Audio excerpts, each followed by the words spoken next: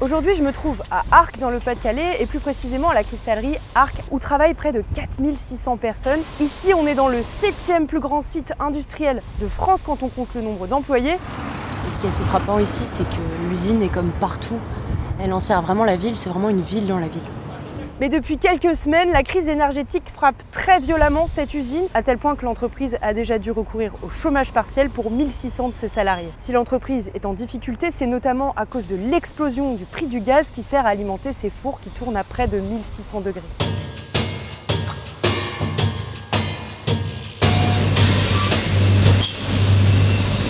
Ce qu'il faut savoir, c'est que les fours à gaz de l'usine consomment de l'énergie en continu pour rester chaud, et ça représente 1 million de mégawattheures par an. Et donc chaque augmentation du prix du gaz a un impact énorme sur les coûts de l'entreprise, alors qu'elle a vu ses ventes baisser de 25% au second semestre. Toute augmentation d'1 € du gaz fait qu'on a 1 million d'augmentation de nos coûts. En 2021, nous avions une facture qui était de 19 millions et nous allons passer à une facture de 75 millions, c'est-à-dire plus 56 millions sur l'année 2022. C'est un niveau qui devient beaucoup trop important pour continuer à produire tel que nous l'avions prévu. Et en plus de renvoyer 1600 personnes chez elle 2 jours par semaine, l'entreprise va aussi mettre en veille 5 de ses fours et réorganiser sa production. Le dernier four qu'on a au centre-ville, puisque c'est ce qu'on appelle le four D, il va être mis à l'arrêt définitif en fin d'année ou début 2023. On voit bien que ça ne peut pas durer comme ça avec un prix du gaz à ces niveaux-là. Bon, maintenant, j'ai aussi le sentiment qu'on profite un peu de cette situation qui est conjoncturelle pour mettre en place une nouvelle stratégie, et là, sur le long terme.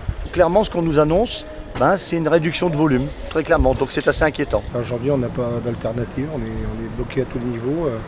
Une entreprise qui est en difficulté, auquel on ne peut rien réclamer à l'heure actuelle. Ce que je vois, c'est que les gens commencent à avoir un peu faim en fin de mois et ça commence à devenir un peu inquiétant pour les gens, ils n'en peuvent plus. Ça tombe bien, aujourd'hui il y a la braderie, donc on va aller voir les habitants pour leur demander ce qu'ils pensent de cette situation. De toute façon, c'est simple, regardez autour de vous. La braderie se vide, c'est la première fois qu'elle se vide à 13h30. Et ça veut dire quoi ça du coup ? Que les gens n'ont plus d'argent pour faire la braderie, tout simplement, ils n'ont plus de pouvoir d'achat. Vous ne pouvez pas demander aux gens d'acheter si vous leur dites qu'il va falloir réduire les factures, le gaz va augmenter, l'électricité va augmenter. Ils choisissent quoi? De se nourrir, de payer l'électricité, de payer le gaz, de payer l'eau, d'avoir une mutuelle.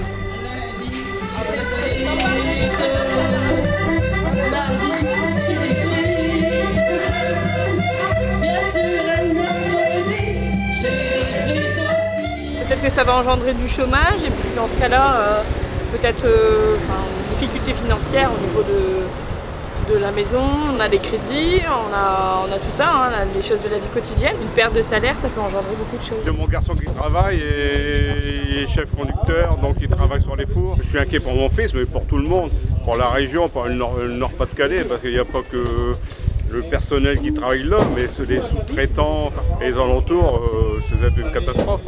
Ah, de stocker ? Vous êtes du coup aussi vous ? Ah ouais, je suis du coin, je suis maraîcher, donc oui, je suis du coin. Mes parents travaillent là, et toute la famille travaille là, c'est pour mon économique, c'est pour les commerces aux alentours, c'est pour la vie et l'ambiance des villages et autour. Il n'y a pas de grosse entreprise aux alentours.